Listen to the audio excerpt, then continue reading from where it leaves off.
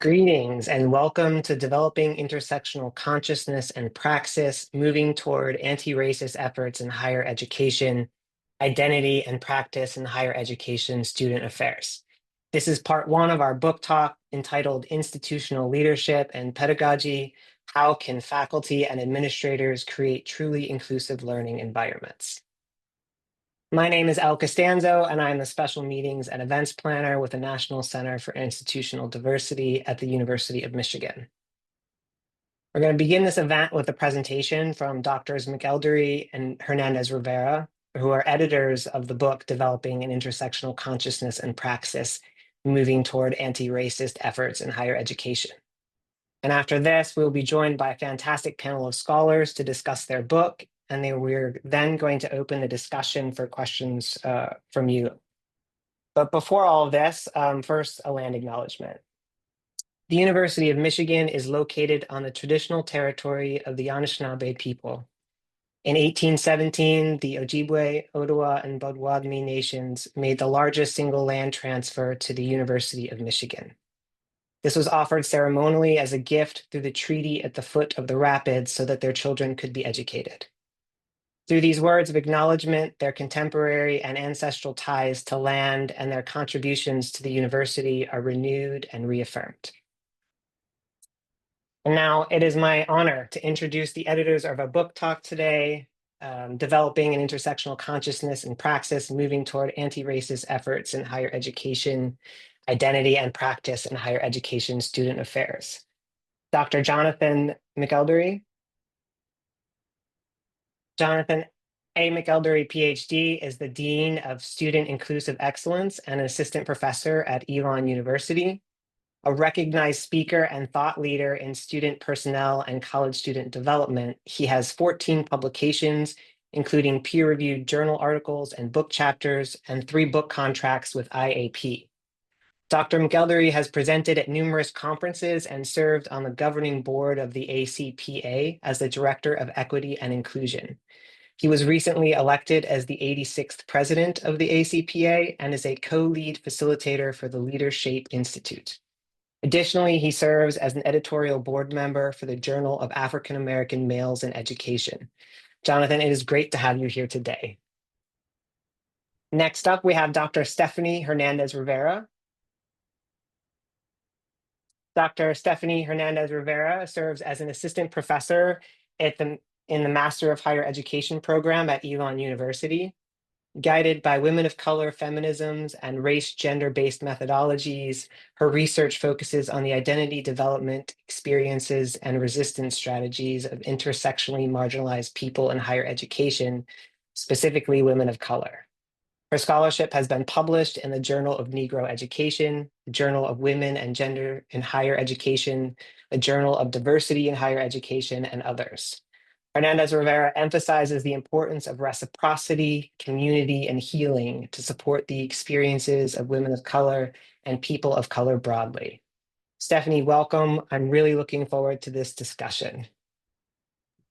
Thanks for having us, Elle.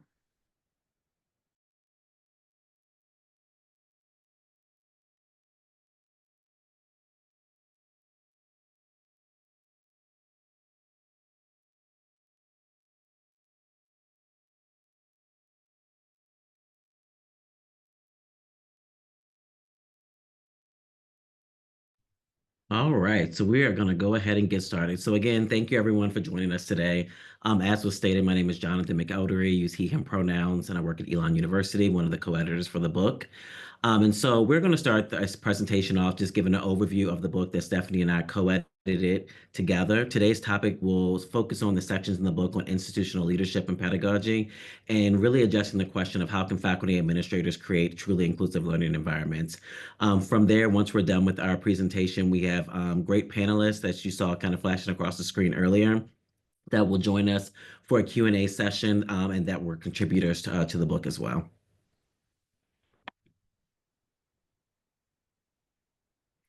So we want to begin with the purpose. Why is it important to emphasize intersectional anti-racist praxis? Within our work in higher education, Jonathan and I have both sought to create experiences for students of color that honor the complexities of their at times intersecting marginalized identities. As two former directors of cultural centers, we endeavor to provide space for students of color, whether they were marginalized by race and gender, race and sexuality, race and class, and more. We grappled with the challenges of what it means to support students at the intersection and observe firsthand through our work in identity centers how addressing and challenging racism does not always lead to a recognition of how racism operates with other oppressive systems like sexism, heterosexism, ableism, so on and so forth. True anti-racist work takes an intersectional approach, one that honors that racist harm, oppression, and exploitation occurs in complex ways, and that students of color, people of color, deserve to be acknowledged, honored, and nourished in the complexity of our identities. The use of intersectionality as terminology and concept has increased in recent years, but what exactly is it?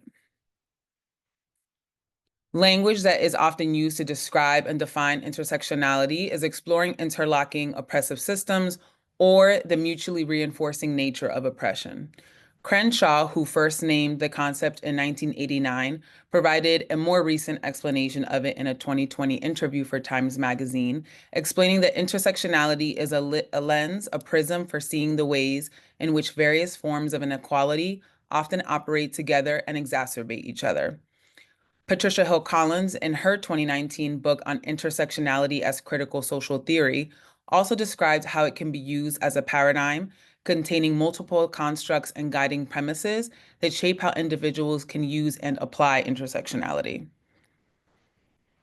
Inevitably, intersectionality has been applied and used in a variety of ways. Over the last 30 plus years, since Crenshaw developed the term to describe the phenomenon in a discrimination lawsuit that did not account for how oppression functioned in interconnected ways to exclude Black women, intersectionality has been used in higher education as an analytic tool, framework, a sensibility, paradigm, theoretical framework, tool of interpretation, method to execute and examine research, a concept to create programs, and even as a dog whistle by those who are not always familiar with its meaning.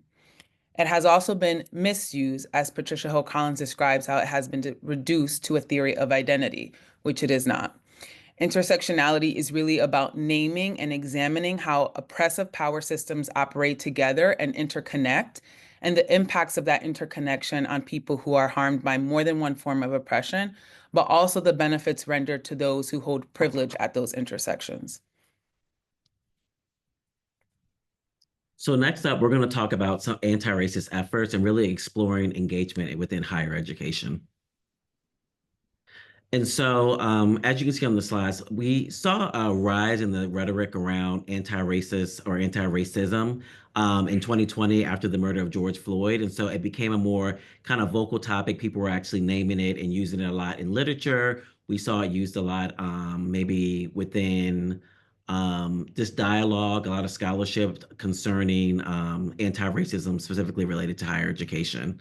The response to that, we saw many institutions that started creating committees to talk about anti-racism on their campuses. Some institutions created divisions, so either DEI divisions, inclusive excellence divisions, or various departments to address anti-racism on campus.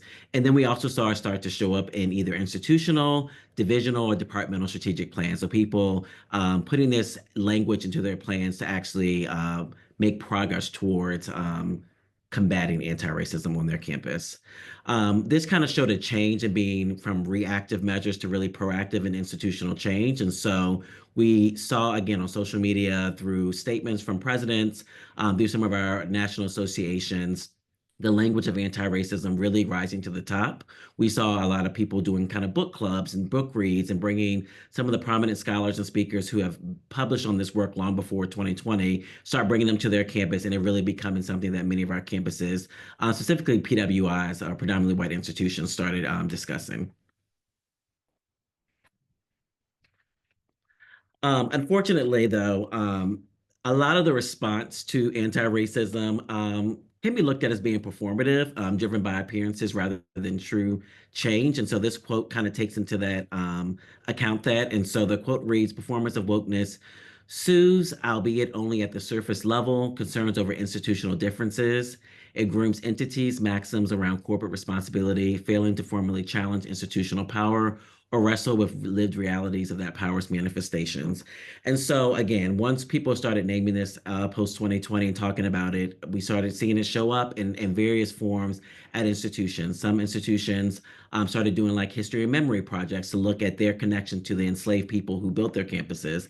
And we saw some either monuments going up or days devoted specifically to the enslaved people from their campuses.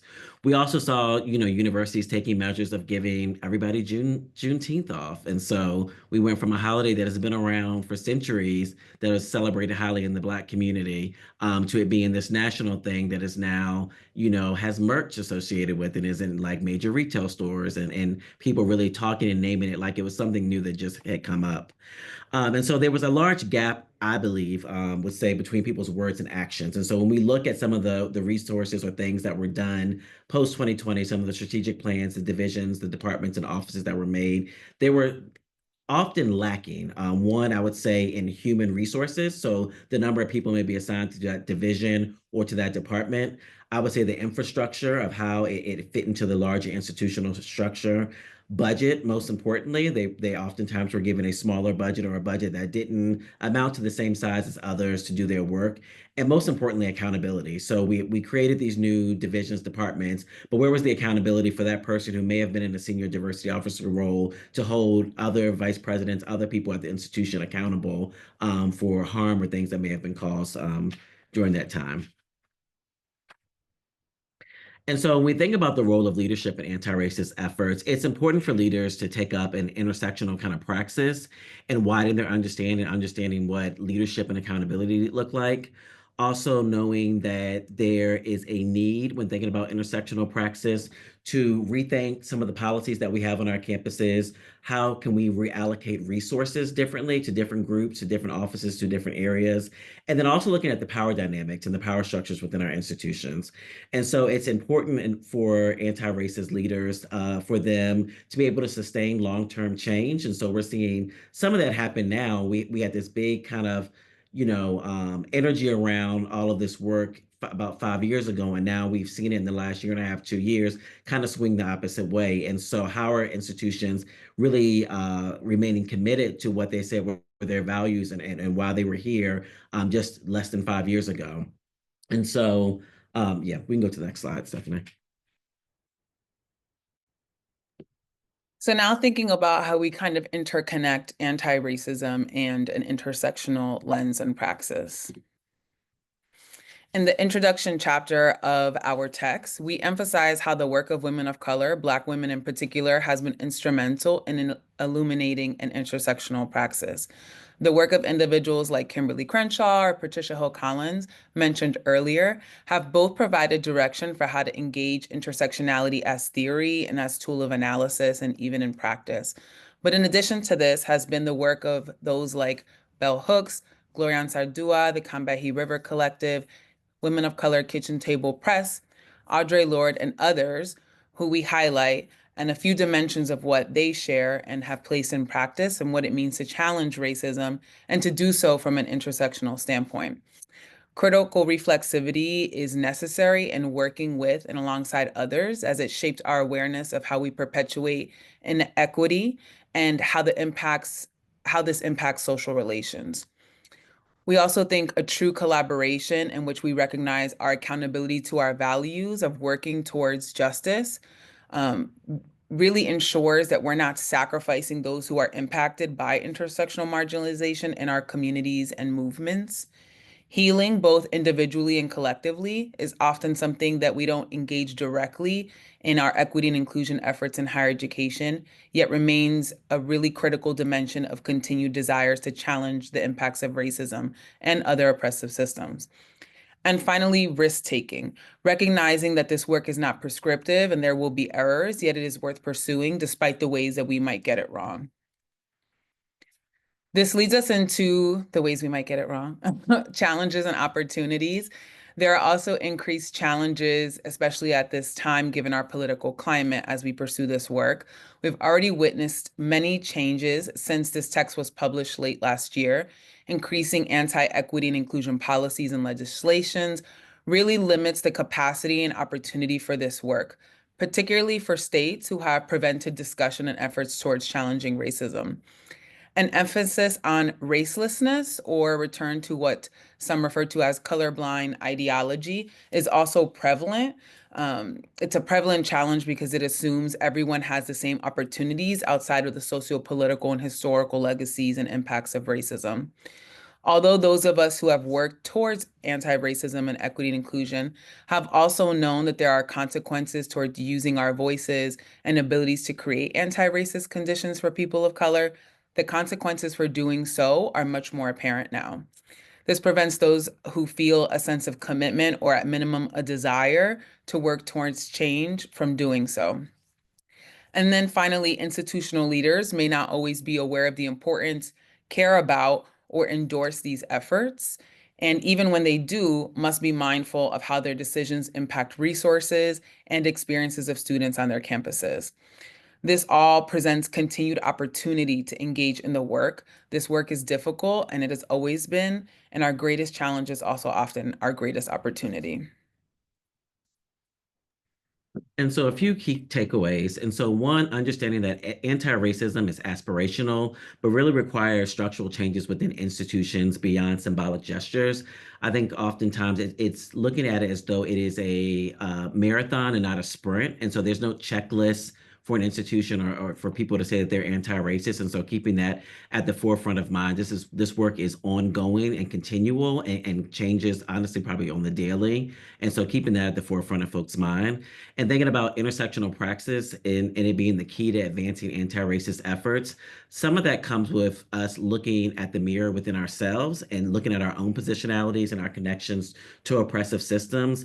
And in the spirit of reflexivity, understanding ways in which we have been harmed, but also in the same way caused harm as well. And so kind of making peace that we have we've all been product of the system and have, done things that may not have been correct or may, if we could go back and change, have done things. But I think understanding as we do this work that we all have caused harm in some way, shape, or form, no matter what identities you hold. And so understanding that, our goal is actually to work and to be better.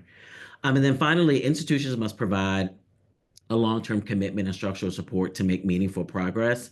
And so we're seeing some of that now. So what risk are institutions willing to take to stay committed to the goals that they espoused about 5 years ago? And so are they being risk takers? Are they taking those risks for people who do not understand or share in those same values? Are they okay with being misunderstood?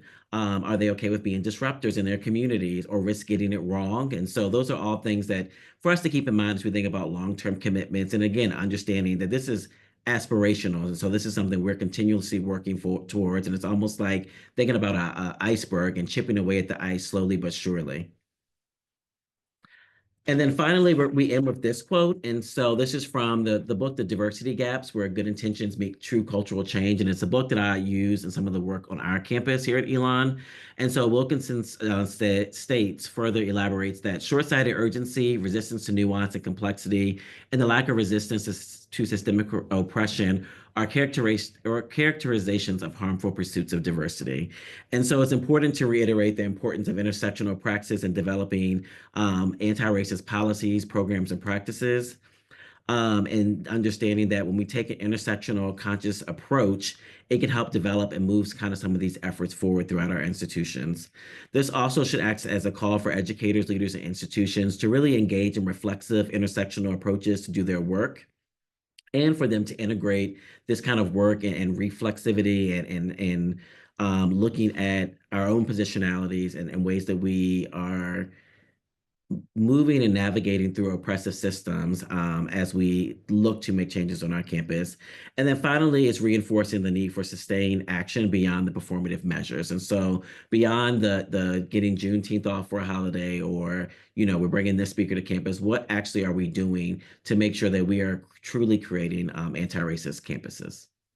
And so with that, we're going to stop our PowerPoint sharing and kind of bring on our panelists.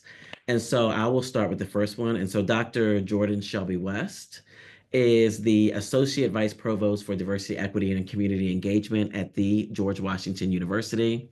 In this capacity, Dr. West is responsible for creating and implementing justice-centered and equitable strategic planning, sustainable change, and educational opportunities across the institution that informs people, policies, and practices in order to continue shifting the campus toward a more positive and just climate.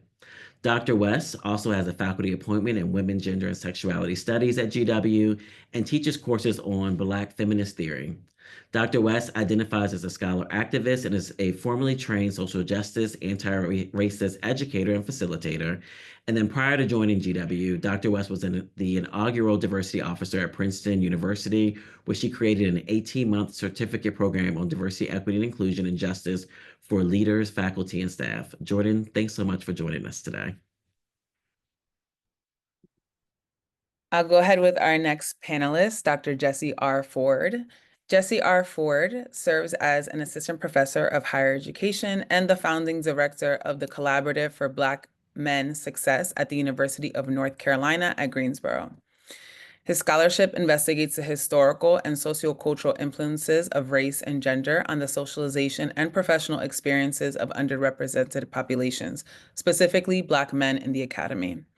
His prior administrative appointments influence his other research interests, which include humanizing academic advising strategies and culturally relevant leadership learning. His scholarly work has appeared in the Journal of Higher Education, Journal of College Student Development, Journal of Diversity in Higher Education, International Journal of Qualitative Studies in Education, and a host of others. Whew, you've been busy.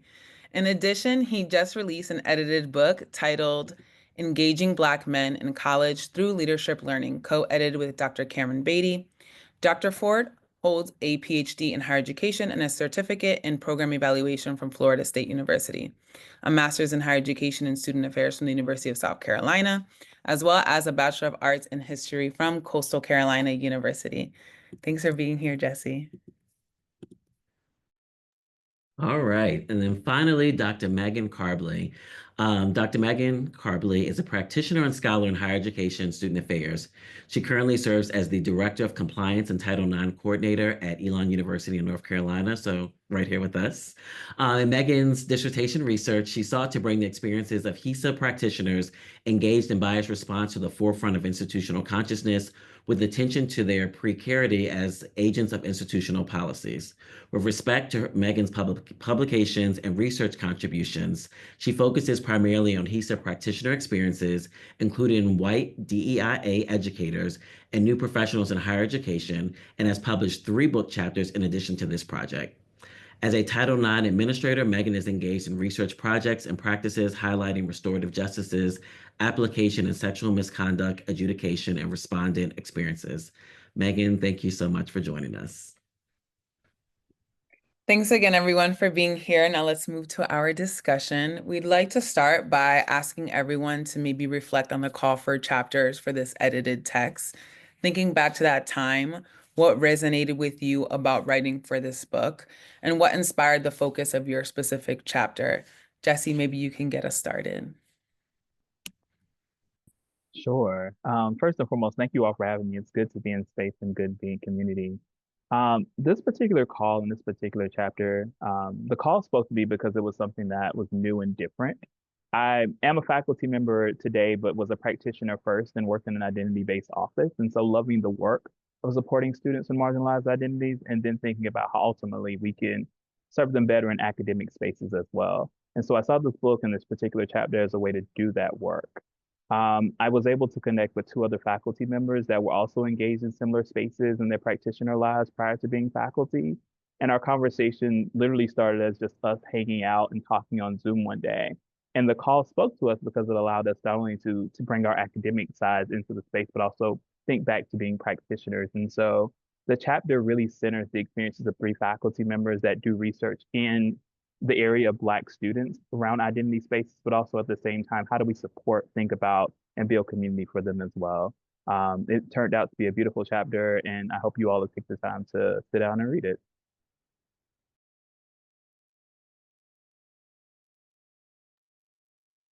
Thank you so much for sharing, Jesse. It is a beautiful chapter indeed.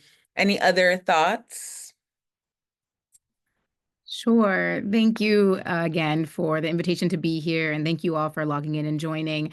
I remember the call, and I remember initially being proud of two people that I admire in our field for having the audacity to actually put out a call like this and to say, this is what we're going to talk about, center, and prioritize in this work. And I think that the language of the title itself requires you to pause and think and really slow down to say, am I engaged in this work? Like it requires you to dissect intersectional consciousness, praxis. Like those are all concepts that I think we can really be held accountable to. And so I felt like it was a call to accountability first. Then in the context of the call to chapter, I felt inspired, motivated.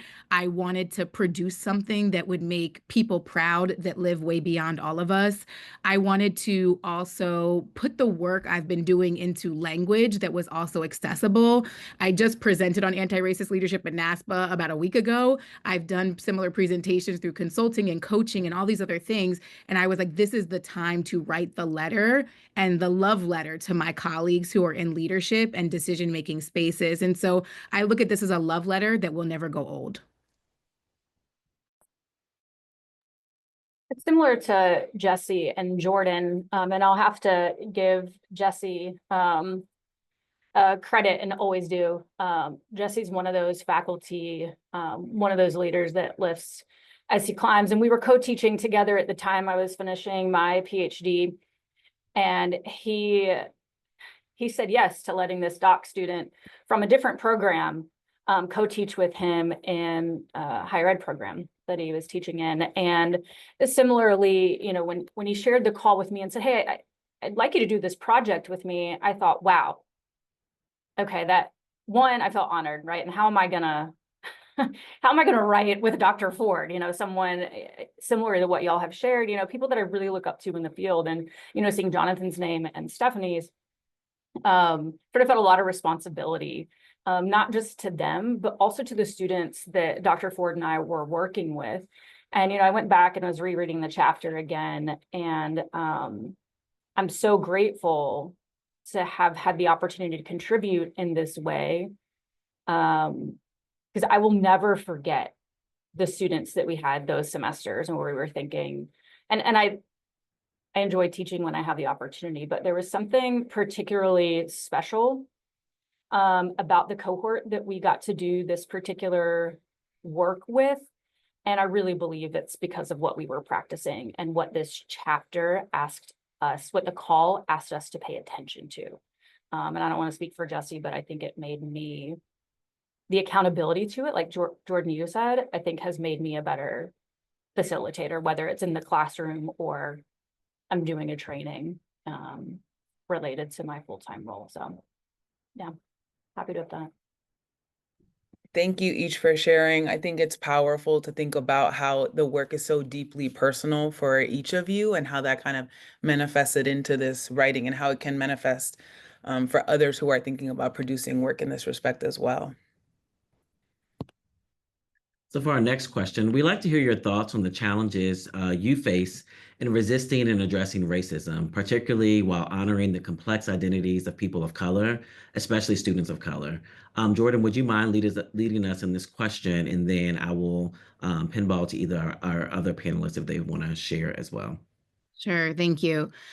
To me, racism itself is the challenge. It is a system. You all articulated that a bit in your slides. You could remove all the racists from higher education, and higher education will still perpetuate racism without undoing policies or coming at this work from an anti-racist lens and framework. You referenced the Combahee River Collective, and one of the most powerful quotes in the collective is, if Black women were free, it would mean that everyone else would have to be free, since our freedom would necessitate the destruction of all systems of oppression. And to me, that is the guiding compass. And so I believe my role allows and expects me to resist and address racism, whether that's during actual discrimination allegations or leading a workshop or whatever my role might be. But I think what's really important is that regardless of what function I'm playing in, I believe that I have to ask the questions of who is disproportionately impacted when it comes to racialized identities. Each day, my approach to every single thing is through the lens and the belief of anti-racism. I think, Jonathan, you talked about that. Like, you have to actually believe it's powerful and productive and has outcomes. So to me, truly just asking, how could this impact Black women, if we think back to the Combahee River Collective, is a healthy line of question and a framework to understand. And I'll just say, I would say a challenge to me, and perhaps this is feeling like it's relevant solely to this moment, but it's actually before all of this conversation of the last few months. I would say a challenge is white fragility, power, and white supremacy. There is a common narrative that white privilege is the unearned privilege, and I think we need to understand it as the lack of barriers. We've been taught that slavery in the U.S. is the story of Black people, when it should really be understood as the history of white people.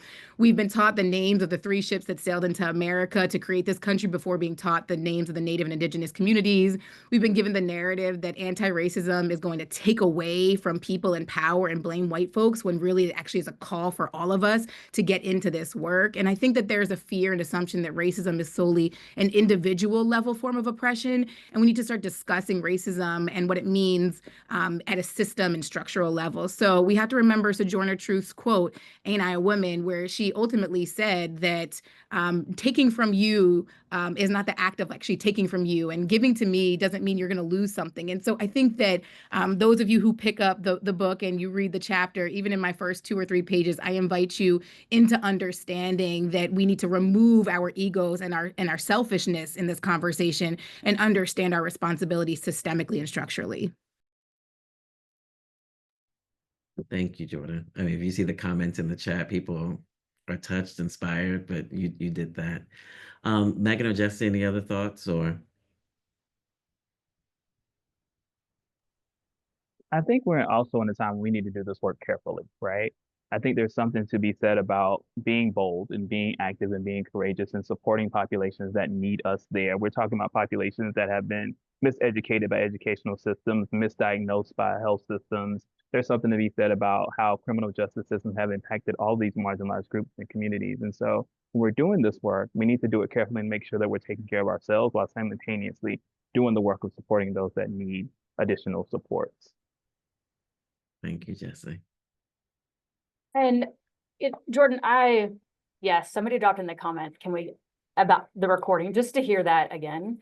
Thank you for sharing that. And I think it's particularly helpful for me to hear, as you also serve in an administrative role within your institution. I think one of the ways resistance shows up I'll speak for myself as an administrator, as a white administrator, with my sensibilities around anti-racism and social justice, and kind of tying to what Jesse says, I feel like at this time, it has to be calculated in ways that frustrate me, but at the same time, in order for me to stay true to who I am and the work that I've done, that resistance maybe feels more subversive, right? Being able to look at a policy or look at a complaint and ask different questions, right? Because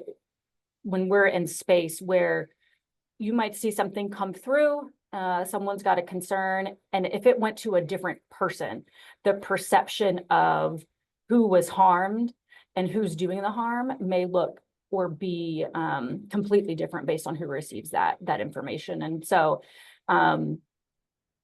that becomes a challenge for me in this work. The classroom to me feels a little different than being able to, and I feel a little bit more freedom in some ways, being able to do the work in the classroom. I know that's not always the case, but as an administrator, particularly in a compliance area, I always say, we've operationalized civil rights to the point of removing, and we're seeing this even more now, to the point of removing the reason that we have civil rights in the first place. And so when folks tell me they're surprised that I'm talking about anti-racism, I say, why? Title VI and Title VII are in my job descriptions. And so I appreciate you bringing that up. And I think that's the, you know, for me, the lens that I try to apply this work in the administrative role that I hold. Thank you all so much. Very just thoughtful. And again, looking at the chat, people are really just responding and receiving everything that you all have said. And so I'm going to pass it back over to Stephanie to keep moving us forward. Megan, you kind of opened your last response and like reflecting, right, on your identities and positionalities. We're wondering about how you position yourself within this work, you know, everyone that's on this call, but we'd love to hear yours and others' insights on how your positionality influences your understanding of anti-racist work. And from that perspective, where do you see gaps in incorporating intersectional perspectives in this work?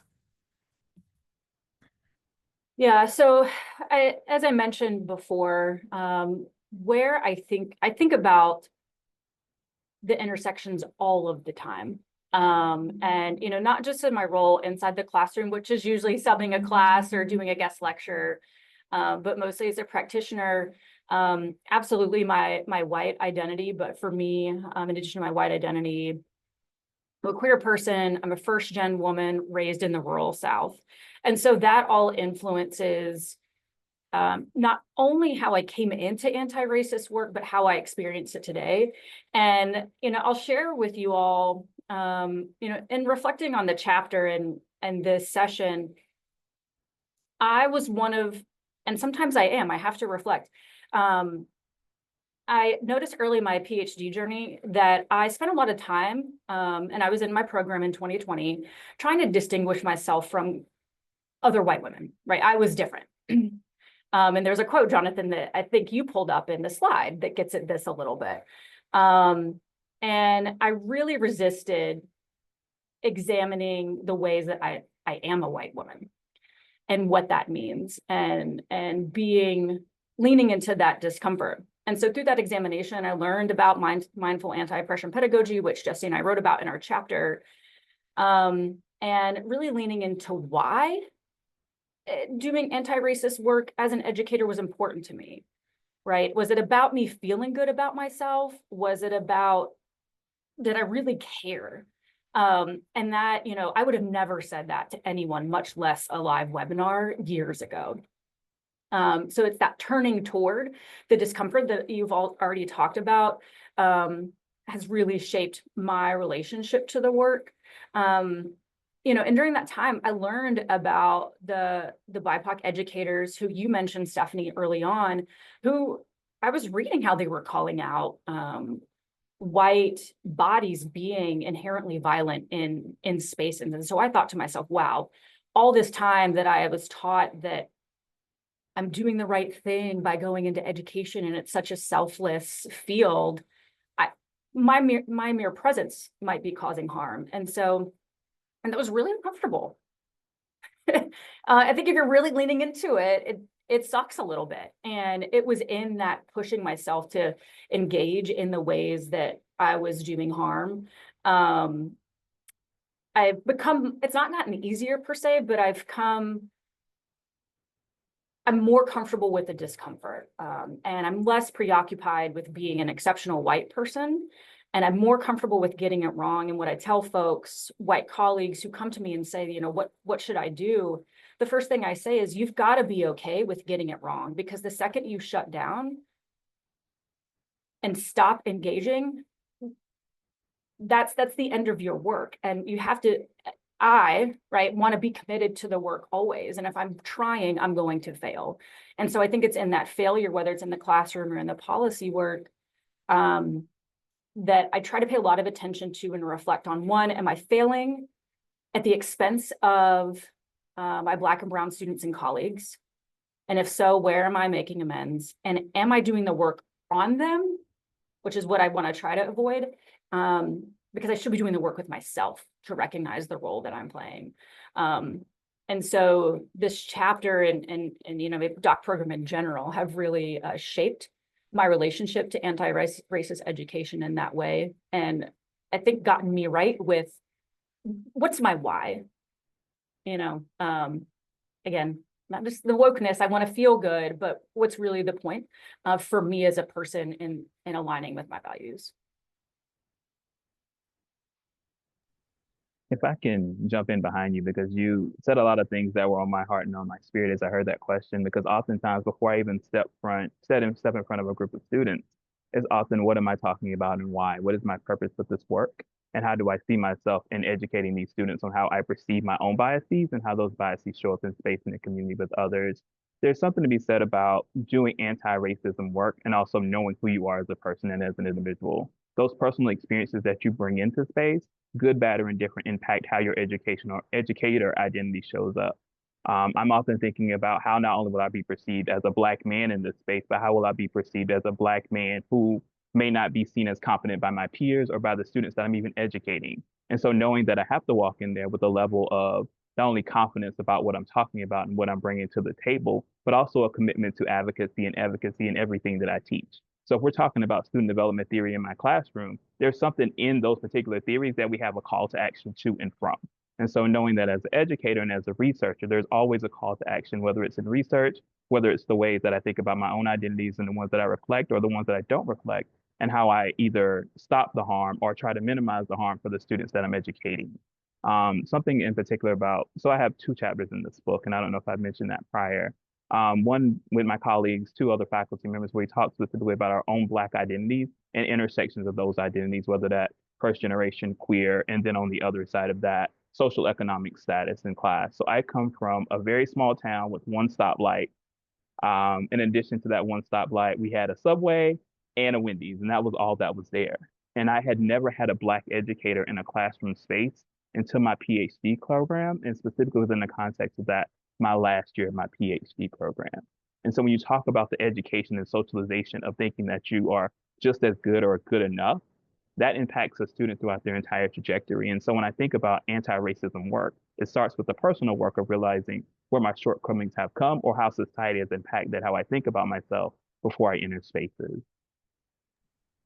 I just offer quickly that I think in my location and my positionality, it's not only the identities I bring into a room and or the perceived identities around age, gender, race. It's also taking on a role that is in existence because things are not necessarily all right.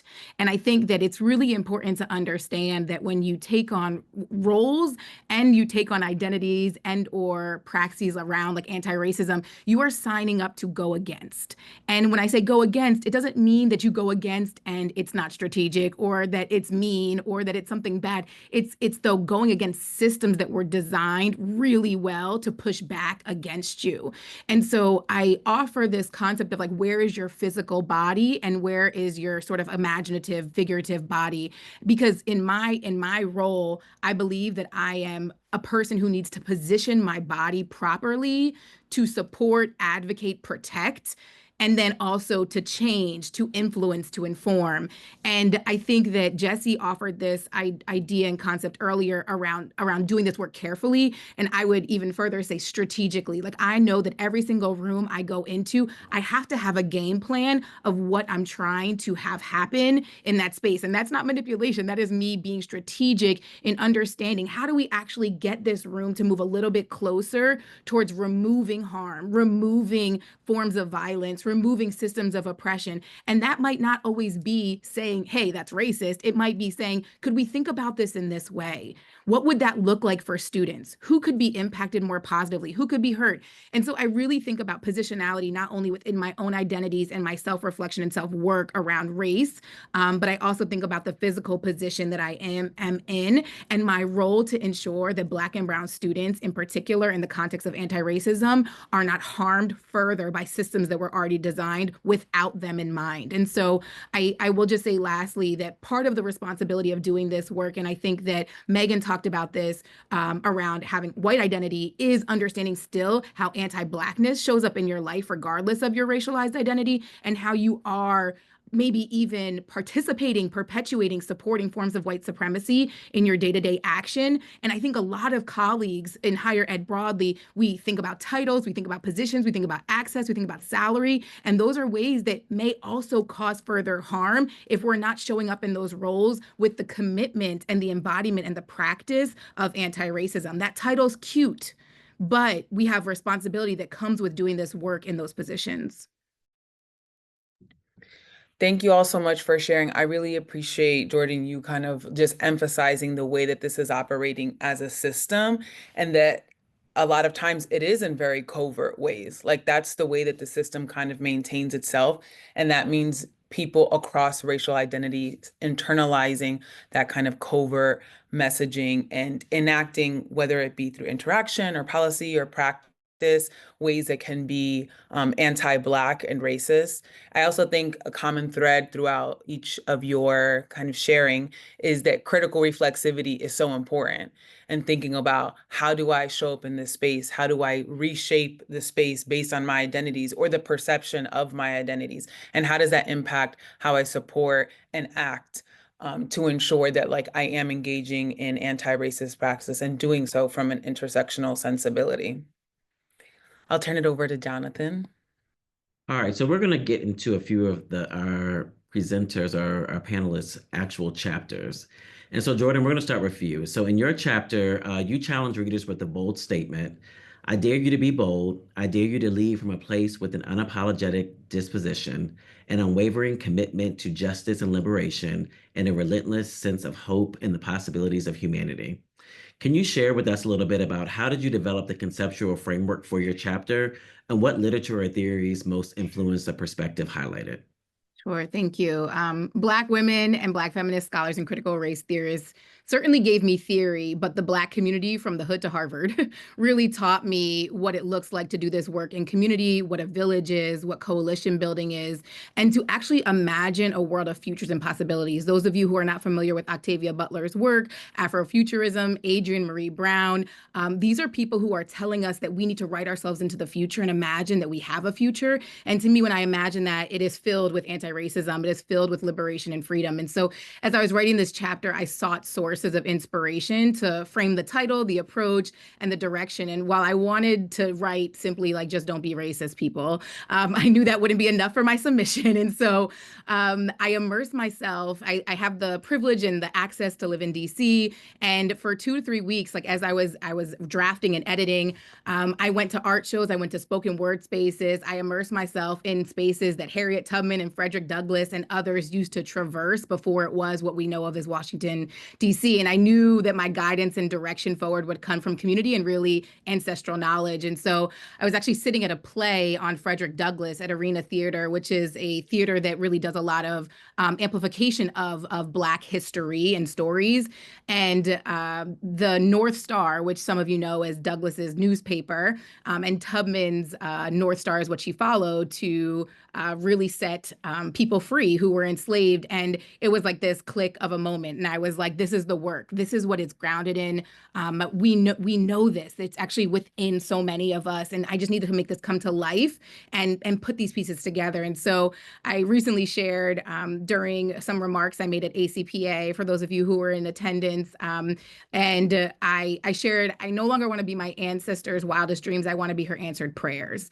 And this really drives me to write us into the future and push against repeating and forming leadership that is rooted in caution, reaction, repression, and power. And so while so much of my language and perspective is for, about, and with the Black community, I know the next right decision for the Black community is actually right for all of us. And so if I couldn't imagine liberation and justice after all the things that Black people have been through, then I wouldn't be in my current role. And so those are guiding frameworks, philosophies, and I think all of us can sit here and list the scholarship that we have read and informed by. But to me, this is like a purpose. Like I wake up each day thinking about this, and the ability to write this chapter was, I think, pulling on the knowledge that exists also beyond the traditional spaces of higher education that tell us how students develop without thinking about all students in development. And so I pull on scholars who may not be be cited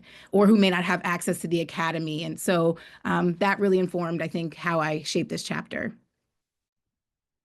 I appreciate that, Jordan. I appreciate you even just sharing your writing process of how you situated yourself within the work and even just your environment and actually choosing where you wanted to be in different spaces to really get your energy aligned with producing this amazing chapter.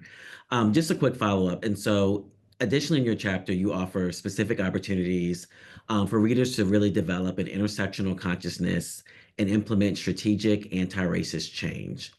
How do you envision practitioners and educators applying these insights in their work? And in which context do you think your findings could have the most impact? Yeah, so I don't imagine someone could read my chapter and not at least feel a sense of responsibility or call to action. At least that's what I want to believe.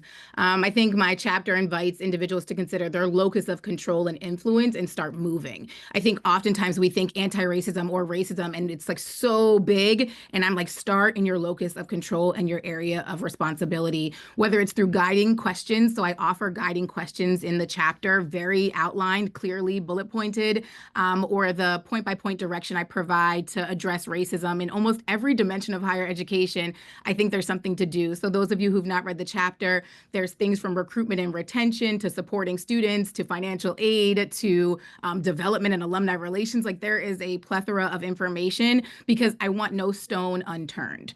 And while on an individual level, we are all not all able to be racist, meaning like not all of us can hold identities that allow us to be racist. We are all able to perpetuate and promote systems and structures of racism. If readers are able to recognize individual, structural, and systemic racism and identify it in practice after reading the chapter, there will be an impact. So to me, if you're able to understand and start to identify systems and structures and where you could actually influence that, I think there will be impact. And I just believe it's hard to ignore racism in any form once you know what it looks like, how it functions, and the impact. And so to me, once you read my chapter, I want to believe it's just a choice of if you really want to do this work.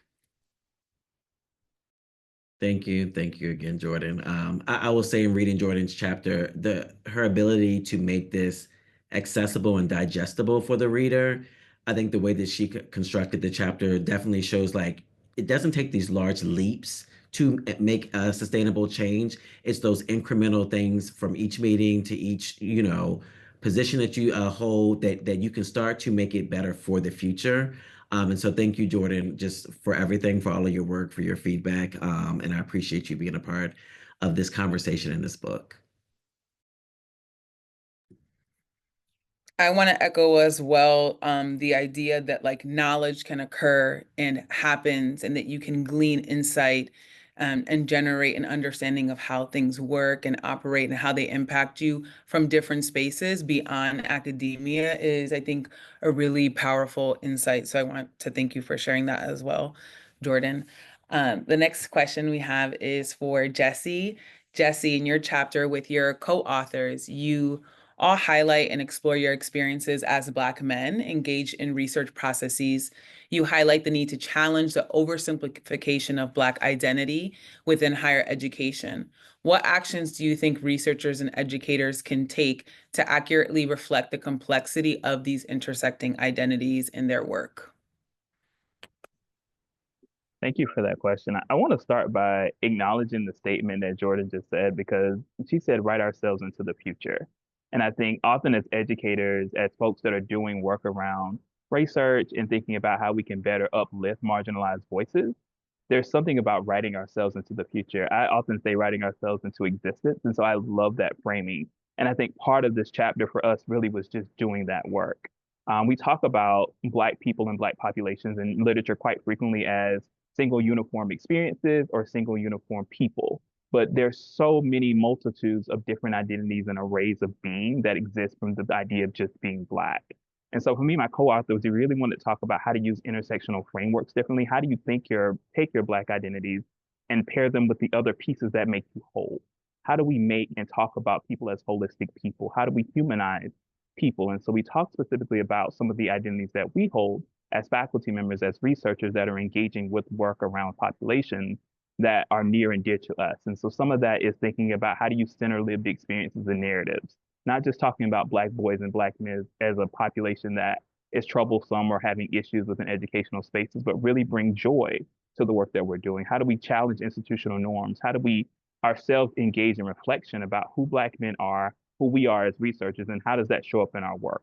If you're not doing this work around love and care for populations that really need it, then are you truly doing the work? And what does that mean for you as an educator that is actively engaged not only in teaching students, but also doing research on populations who, as I mentioned before, have been marginalized and oppressed? I appreciate your emphasis on kind of love and care. I think that that is instrumental within our chapter, and I think various other chapters. Many people reference the work of Bell Hooks, and you frame that piece of love like indirectly as acknowledging like the accountability needed in enacting that love through saying, okay, we have our identities, but we're also working with people who have different identities than our own. And we have to consider what that looks like and how that manifests in research processes. I really appreciate that. Expanding a bit further, and you talk about kind of your own identities and positionalities, but also engaging with people who might have different identities than you hold, despite working with Black populations. So I wanted to know if you could share a little bit more about how these intersections shape the experiences of the participants that you work with, or maybe processes and research itself. I think it's twofold, right? I think there's something to be said about how we not only going back to the idea of seeing oneself in space, but thinking about the academic landscape more broadly. And so how do we not only challenge ourselves to think differently, but how do we think differently about the people and communities that we serve?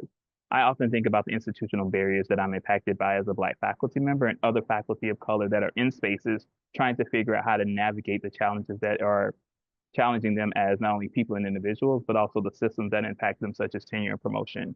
I think for us in our chapter, we really tried to center 3 identities. So first generation doc students, so not knowing what it's like to enter the academy and being someone that is new and different and trying to understand the bubble that is academia, understanding that queer identity is an identity that not only many academics hold, but something that should not be oppressed, but is a part of me as a whole being. And then social class, understanding that many of us may not come from wealth, but the idea that we are seeing students that are from lower SES statuses. So how do we support, uplift, and really challenge the norms around all students should have, but not only educate them to be better citizens?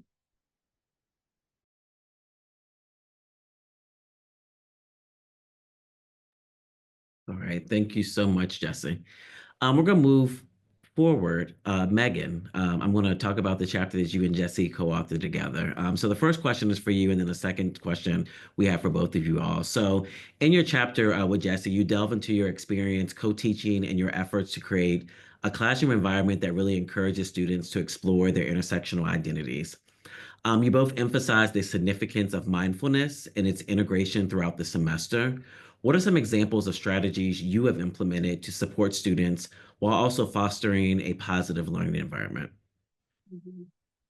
Yeah, thank you for the question and really the opportunity to articulate to this group and chat with Jesse a little bit about what we saw, what we felt worked really well, and what didn't, and those lessons learned. And we write about that in chapter 11.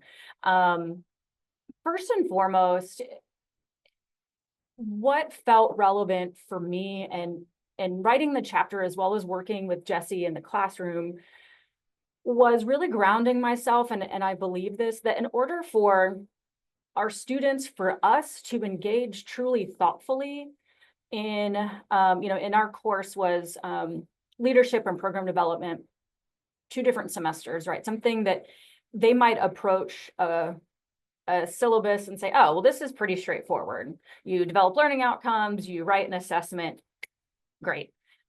We really wanted to, and not just have them critically reflect on the why. Why is that important? Why are we doing this? Who's belonging? Are we trying to, sense of belonging, are we trying to create, but really create spaces for them to first be who they were. And I really felt like it was, Jesse and I's responsibility to create an environment where they could maybe put down one layer of themselves that had been up all day, right? We're working with students who are in graduate apprenticeships and graduate assistantships across student affairs and other areas. And we're coming from having had that sort of professional hat on. And so in creating a classroom that would invite them to relax their shoulders a little bit and breathe a little bit more deeply, I think our recommendation is don't overthink it. And Jordan talked about this a little bit and does in her chapter, right? There are what seems like small ways that we can really start to build these spaces. And for folks who know me, I actually get made fun of a little bit because I'm like, can we circle up? If I'm teaching in a classroom, Stephanie knows this because I've asked her what her classroom setup is. If I facilitate a class for her, can the students see one another? And or, in a literal and figurative sense, right? When we are facing one another, whether it's we can fully see or hear or appreciate, that invites a way of folks, one, it's not about them paying attention, it's about them seeing the other person. And then by developing and creating those spaces where they're talking to one another, also decenters on purpose, right? Our role as teachers and or facilitators when we're in a space.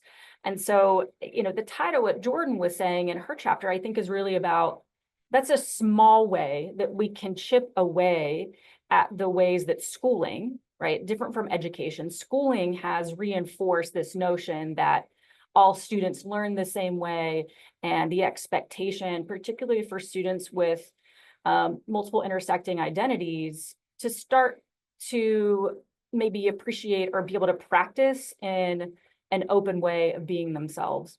It also helps create the stage, I think, for them to really feel like, okay, we're presenting course material to you, we're asking you what you think about it, and we really want to know what you think about it. We're not telling you what to think, we're giving you ideas, but really helping, hopefully, right, they start to see themselves and what they're bringing in terms of their cultural knowledge and cultural wealth to the conversation, to be able not just to talk and be heard, but to also add their ideas.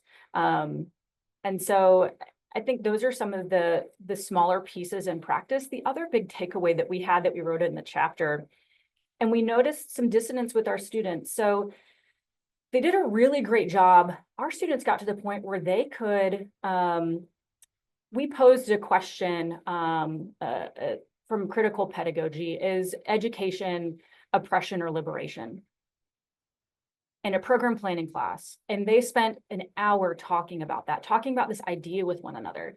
So we noticed their ability to think critically and really feel comfortable with one another about that critical thinking. What we didn't do, though, in the beginning of this semester was really successfully integrate some of the mindfulness. So for example, just asking them to take 5 deep breaths before class starts, right? You don't have to be a yoga instructor. I'm not one, right? Or a mindfulness instructor. So we noticed, and I'll share with you all, right, they're really good at thinking about these concepts really deeply and thoughtfully. So about halfway through the semester, I said, hey, Jesse, why don't we do a mindfulness check-in? I've got this from this reading, this Beth Barilla book. We're going to facilitate this. And I did it we led it. And that was a point of reflection for us. We talked about it, and I think it caused more harm. They were able to rectify it, but again, they were here, right? They had this sort of disembodied relationship to the classroom, right? Because schooling has reinforced, we think here. We think here, and they were using their voices and really talking with one another, but we had not done a good job and set up the mindfulness early enough in the semester for them to connect their body. And Jordan, again, has great suggestions for this, right? She talked about this, right? They had this sort of disembodied connection. And when we sat down and facilitated like a 5-minute meditation, we got them too close. I think they got too close to what they were feeling.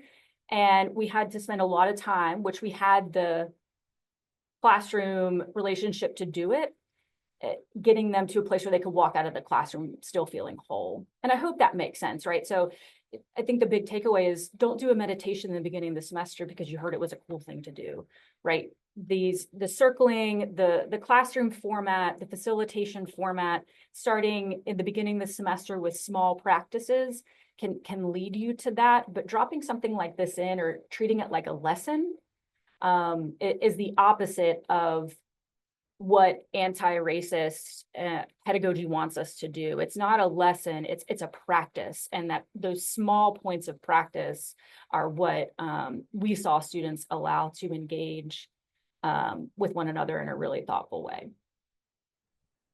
I appreciate all of that, Megan. When I was listening to you speak and I think about reading your chapter, I could only imagine the impact the students had on the intentionality behind the space that you and Jesse created.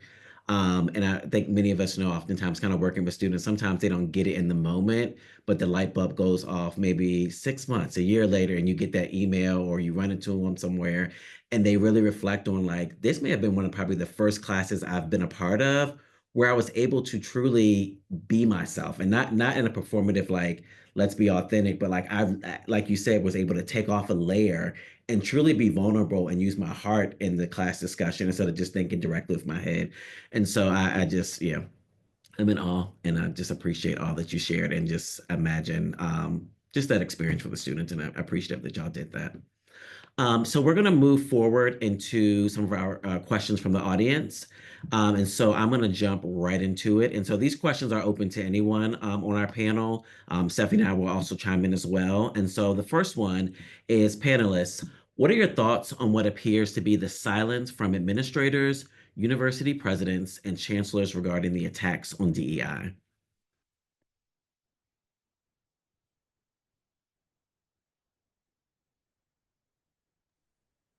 I was actually just challenged about this very question a few days ago. And what I was told immediately was, is it that you perceive it as silence or you don't know what's happening behind the scenes?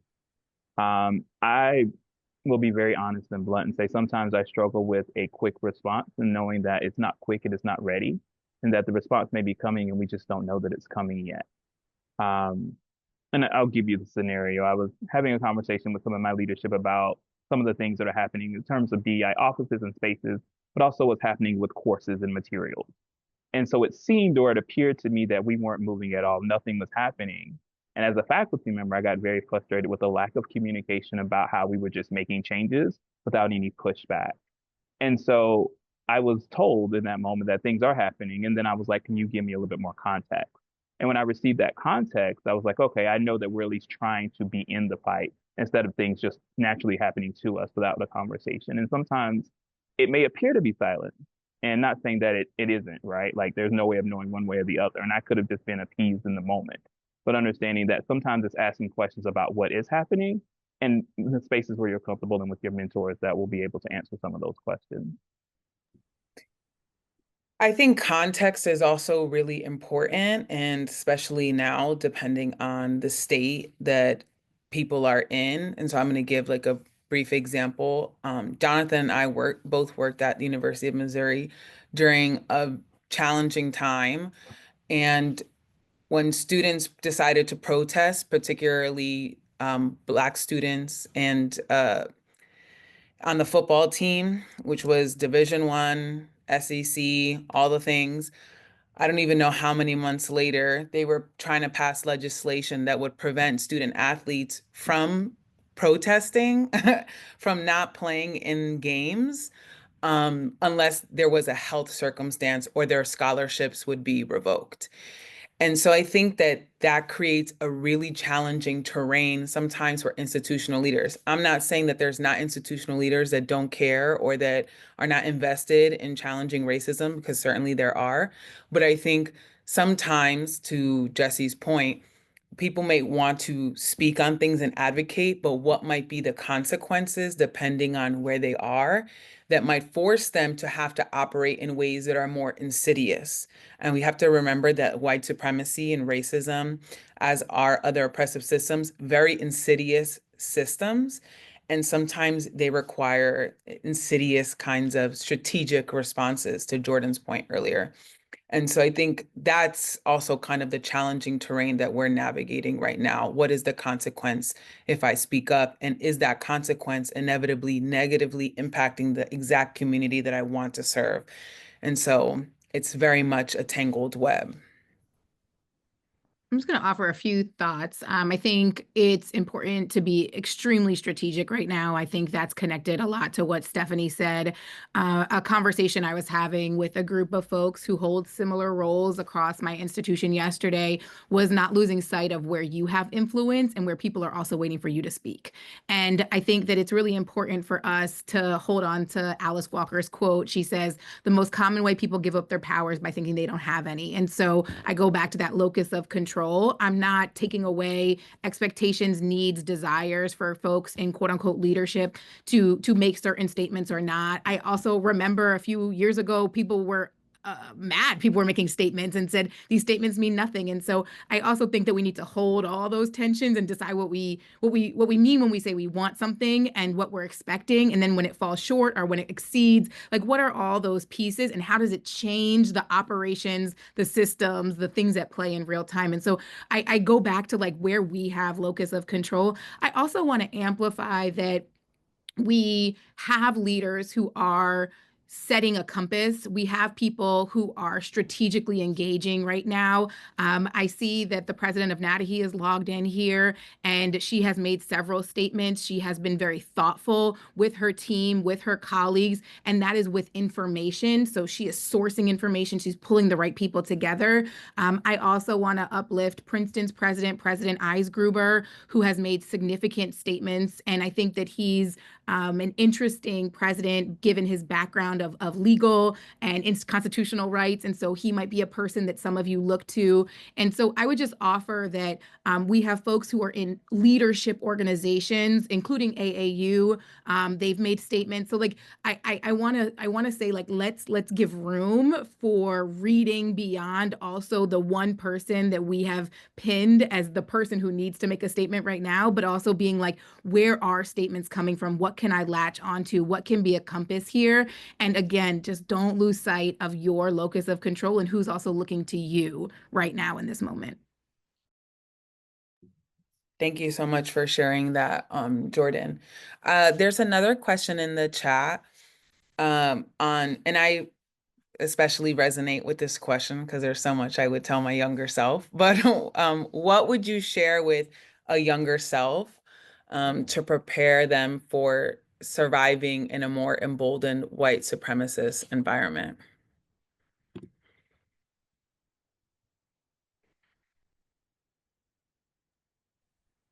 I can chime in. So I honestly would reiterate some of what Jordan shared earlier and thinking about your locus of control. I think as a young new professional, like we are excited about our master's programs. We want to change the world as practitioners. And so we're taking on all the things in our younger years to try to make all these impacts, but doing it to a point where it wears on your body and your heart and your soul. And I would say, you know, when I was younger, I was that person. I felt like I was responsible for all the students of color, and I needed to, whether it was 2, 3, 4 in the morning, be there and support, but did so to a point where my body physically got sick. And so I think now I am more understanding, like, is this a fight that I want to fight at this moment? Or how can I, you know, Jordan mentioned earlier and others about being strategic. How do I strategize about how do I navigate these spaces, enter the room and all these things? I think understanding burnout is actually very real.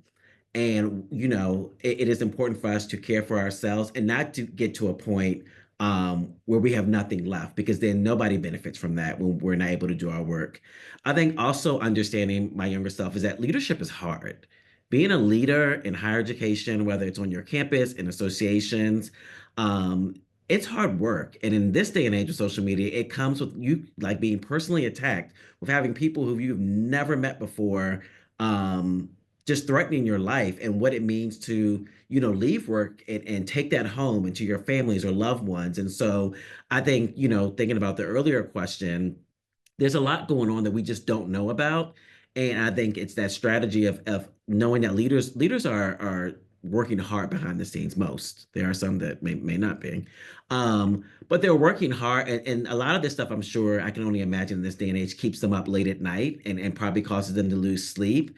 And I think we've seen in the last couple of years, literally Black women pass away in front of a crowd giving a commencement speech or doing the work and understanding like this truly affects our bodies. And so we need to, as much as we want to be in the fight and push systems and move things and be the change makers, you also need to care for yourself. We get one body, one life to live. And so it is better that we are here for the long term versus doing it in a way that we short circuit the life that we have to live. I would offer two specific points, not because they're the only, but they're the ones that feel salient for me right now. Find community that you deeply trust and that put your name into rooms when you're not there, that you believe will be there in your hardest and probably ugliest days. The person who will literally tell you have food in your teeth, symbolically and literally. Like find your community because this work is not for the weary. I think it's intentionally beating at certain people. They want us to stay up at night. They want us tired, whoever the they is in your fight. And so I really can't emphasize the importance of really finding genuine community. You can know a lot of people, have a lot of people in your life, but like who is genuinely there with and for you. And the other piece I would say is understanding that when you sign up to engage in work like this, that it is very easy to critique. We actually could critique a lot. And in some ways, a lot of the questions that come up in panels like this are one of critique around systems and structures. And I think that is fair. And I want to know what your solution is. And I think that those who assume roles that have decision making, and it doesn't need to be one that you call a certain level of leadership, but what is our solution? And I really challenge people to understand that they can have a solution-oriented perspective. And I think that in moments when you feel like you're drowning, the world is ending, all the phrases I think so many people are swarming around right now, what is our solution? And I'm not saying you're going to fix all systems, but what is our solution? And so I invite and ask and charge folks to bring solutions to the table, even if they feel small. I'll add 2 points just briefly. One, make sure that you're celebrating the small wins. We often get so caught up in the day-to-day that we don't celebrate those small wins, and the work we may do may seem invisible at times. There's something to be said about the critical work that you all are doing in various spaces and what that means for populations that you serve. The other piece that I will say is develop a thick skin, but don't let it harden you. I was told that very early on in my career. There's something to be said about knowing that this work is hard.